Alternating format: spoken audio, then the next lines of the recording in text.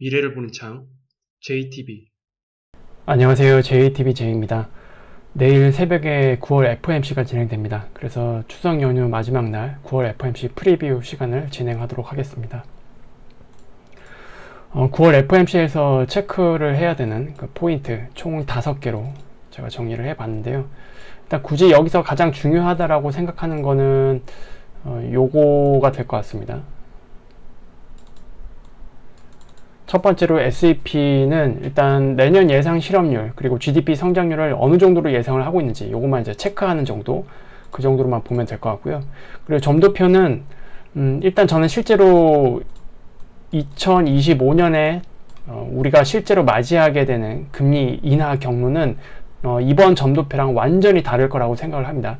근데 이번에 우리가 체크를 해야 되는 점도표는 어떤 관점에서 봐야 되느냐, 시장이 기대하는 수준의 점도표일지 여부, 요거를 체크를 하는 겁니다. 만약에 시장은 더 많은 금리 인하를 기대를 하고 있는데 그것보다 덜 반영된다 이러면은 실망감이 시장에 표출되겠죠. 이제 그 정도 용도로만 보시면 될 것 같고, 이번 이제 금리 인하 하락 구간에서는 시장이 앞으로 어떤 식으로 변할지 모르기 때문에 실제로는 점도표대로 되지 않을 가능성이 매우 낮다라고 보시는 게 맞을 겁니다. 그리고 파월 기자회견에서 고용시장에 대한 평가를 할 텐데 분명히 기자들이 이야기를 하겠죠. 현재 선거를 앞두고 있고, 그리고 연준의 특성상 아마 고용시장 내에서 나쁘게는 얘기하지 않을 것 같아요. 다만 저번에 얘기했듯이 여기서 더 둔화된다라고 한다면 연준이 가지고 있는 권한을 사용하겠다, 뭐 이런 식으로 이야기를 하도록 하겠죠. 그래서 요거는 일단 뭐 크게 예상되는 범위에서 벗어날 것 같지는 않고요.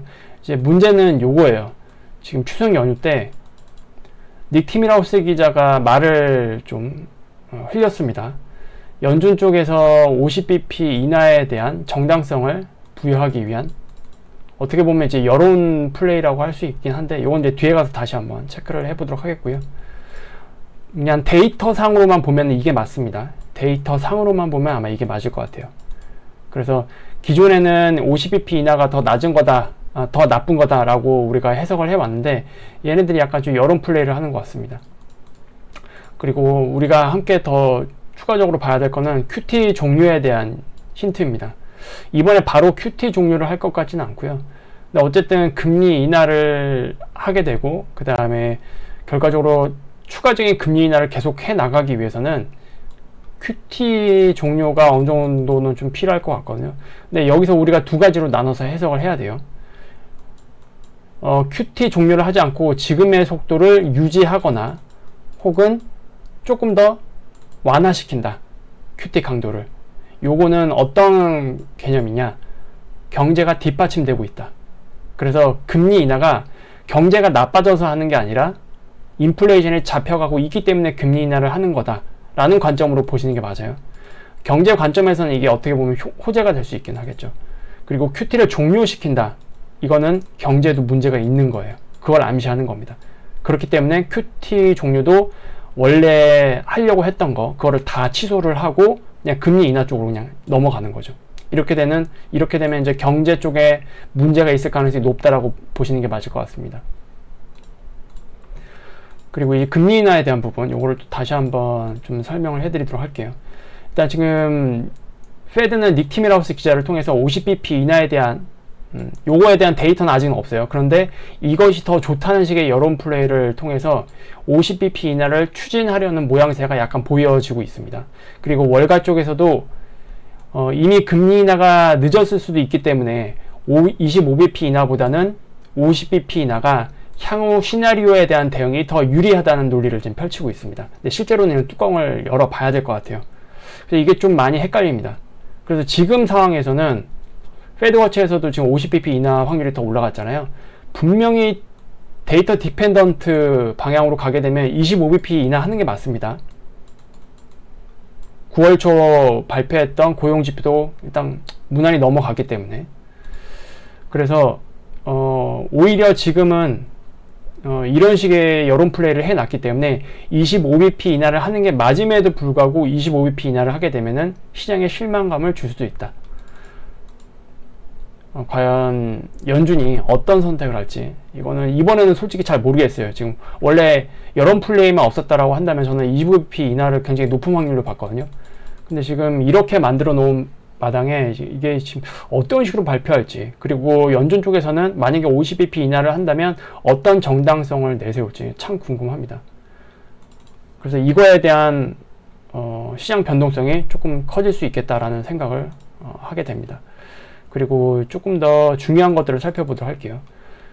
일단 미국 시장 말고 국내 시장 관점에서는 중요한 거는 지금 뭐 연준이 금리를 얼마 낮추고 이거보다는 달러엔 환율 쪽에 포커스를 맞추는 게 맞습니다. 8월 초 급락 이후에 시장 흐름을 보면은 지금 미국 시장을 따라가는 게 아니죠. 우리나라 시장이 일본 시장과의 싱크로율이 훨씬 더 높은 상태입니다. 그리고 엔캐리 청산에 있어서 경제가 가장 강한 미국 시장보다는 아시아 시장에서 자금 철수가 먼저 진행되고 있는 것이 아닌가에 대한 의심을 할 수밖에 없어요. 왜냐하면은 지금 우리나라 시장을 보면은 7월 말부터 외국인의 코스피 프로그램 매도가 계속 나오고 있잖아요. 이게 연휴 직전까지도 진행됐습니다. 그래서 1조 넘게 매도하고 끝났죠. 그래서 달러엔 환율을 굉장히 중요하게 체크를 해야 되는 상황이라고 저는 판단을 하고 있습니다. 그리고 실제로 추석 연휴 기간 동안에 미 증시랑 일본 증시 움직임을 보면은 디커플링 성향이 강했습니다. 일본 증시는 월요일만 휴장을 했었거든요. 하루만 휴장을 했었는데 전반적인 흐름을 보면은 디커플링 성향이 강했습니다. 이건 실제로 차트를 볼게요. 일단 니케이 먼저 보면은 지금 이렇게 하락을 했다가 반등 살짝 하고 이렇게 음봉을 좀 때려 맞고 있습니다. 그리고 이 기간에 S&P 500을 볼게요. 전혀 다르죠, 흐름이. 이런 식으로 점점점 고점을 올려가는 그런 패턴을 보여줬는데 니케이는 그러지를 못했어요. 니케이는 오히려 고점이 이렇게 낮아지는 그런 패턴으로 디커플링 모습을 보여줬습니다. 그리고 이 모습이 지금 우리나라 지수랑 비교를 해볼게요. 코스피랑 굉장히 비슷합니다. 근데 여기서 우리는 휴장이잖아요. 근데 니케이는 요렇게 내려온 거예요. 뭐 굳이 여기에다가 뭐 캔들을 그려 넣는다라고 한다면 요 정도로 되겠죠? 요 정도? 요렇게 오늘까지. 그래서 요런 모습을 보여주고 있어서 만약에 오늘 FOMC 때문에 시장이 상승한다 하더라도 시초가에 영향을 주긴 하겠지만 우리나라는 일본 증시를 따라갈 가능성이 높다. 이렇게 저는 보고 있습니다. 그리고 특히 니케이 증시를 이제 분봉으로 쪼개서 보면은 오늘 거거든요.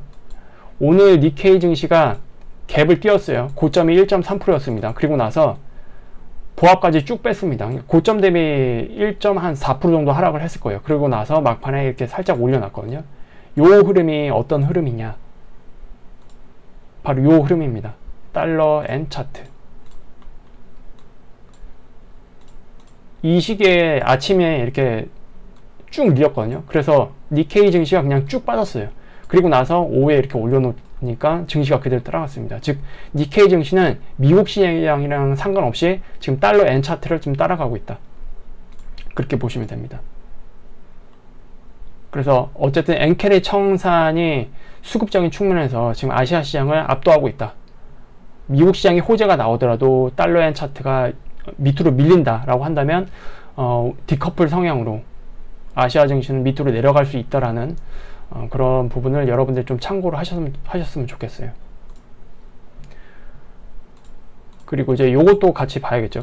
이제 금리 인하 사이클로 이제 가잖아요, 미국이. 일본에서 금리를 인상하지 않더라도 미국의 금리 인하 속도에 비례해서 달러엔 환율 하락 속도에 영향을 주겠죠. 그래서 이것이 수급 측면에서 국내 시장에 얼만큼 영향을 줄 것인지 연휴 이후에 계속 체크해 볼 필요가 있다. 그러니까 우리나라 시장은 계속 긴장을 해야 되는 거예요. 아무리 미국 시장이 좋은 이유로 금리 인하를 한다 할지라도 달러엔 차트는 밑으로 내려갈 거 아니에요. 그리고 만약에 연말에, 물론 이번에는 저는 금리 인상하지 않을 거라고 생각을 합니다. BOJ에서. 만약에 하게 되면 굉장히 큰 악재가 될 거고요. 지금 연말에 금리 인상을 한 차례 더 할 것 같다라는 예상들이 나오고 있어요. 그래서 전반적인 큰 추세를 보더라도 달러엔 차트는 이제 밑으로 계속 내려갈 예정이기 때문에 우리나라 시장의 수급적인 측면에서 안 좋게 반영될 가능성이 높지 않을까 그렇게 생각을 하고, 이게 아마 어느 시점에 미국 시장도 갑자기 반영되지 않을까 그렇게 생각을 하고 있습니다. 그래서 미국 시장도 지금 유동성 측면에서 체크를 해야 되는 포인트가 있습니다. 어떤 거냐? 미국의 단기 자금 시장 금리입니다. 보통 우리가 소파라고 얘기를 하는데, 이제 이거는 뉴욕 연은 홈페이지 가시면 보실 수가 있어요. 매일마다 체크 가능합니다. 일단 영래포 시장을 보면은 유동성이 지금 줄어들고 있어요. 이제 이렇게 쭉 내려왔다가 횡보하고 있다가 최근 들어 다시 이렇게 밑으로 꺾이기 시작했습니다. 그리고 뉴욕 연은 쪽에서 단기 자금 시장을 보면은, 저도 이거 오늘 체크를 한 건데, 제가 이 부분을 이제 체크를 해봐야 되는 상황이라고 생각해서 계속 체크를 하고 있거든요. 어제까지만 해도 단기 자금 시장 금리가 이렇게 튀지 않았어요. 어제까지만 해도. 그런데 오늘 체크를 했을 때 이렇게 튀었습니다. 갑자기 7월 말에도 단기 자금 시장 금리가 이렇게 팍 튀면서, 이게 7월 말이거든요. 7월 말에 이렇게 단기 자금 시장 금리가 튀고 나서 며칠 뒤에 급락이 나왔거든요. 근데 이게 갑자기 이렇게 튀었기 때문에 좀 주의할 필요가 있지 않나 생각됩니다. 보통 이런 식으로 튀고 난 다음에 며칠 뒤에 시장에 영향을 주는 경향이 있거든요. 무조건이라는 게 아니고 그런 경향이 있습니다. 어쨌든 단기 자금 시장 금리가 이렇게 탁 튀었다. 지금 금리 인하를 앞두고 있음에도 불구하고 단기 자금 시장이 튀었다는 얘기는 지금 유동성 측면에서 금리를 더 높게 주고서라도 자금을 빌리겠다는 수요가 올라간 거잖아요. 이거는 어쨌든 시장 측면에서 안 좋은 거기 때문에 좀 주의할 필요가 있을 것 같아요. 그래서 일단 시장 내일 개장하겠죠. 목요일, 금요일 뭐 이때 잘 넘어간다 할지라도 다음 주 좀 조심해야 될 것 같아요. 그래서 어쨌든 단기 자금 시장 금리가 이렇게 튀었다라는 게 오늘 확인이 됐으니까 여러분들도 요거를 좀 참고를 해서 다음 주부터 좀 주의해 볼 필요는 있다. 시장이 어떻게 갑자기 급변할지 모르니까 요거를 공유를 해드리도록 하겠습니다. 그래서 오늘은 이렇게 마무리 지도록 하겠고요. 다음 주에 더 좋은 영상으로 찾아뵙도록 하겠습니다. 감사합니다.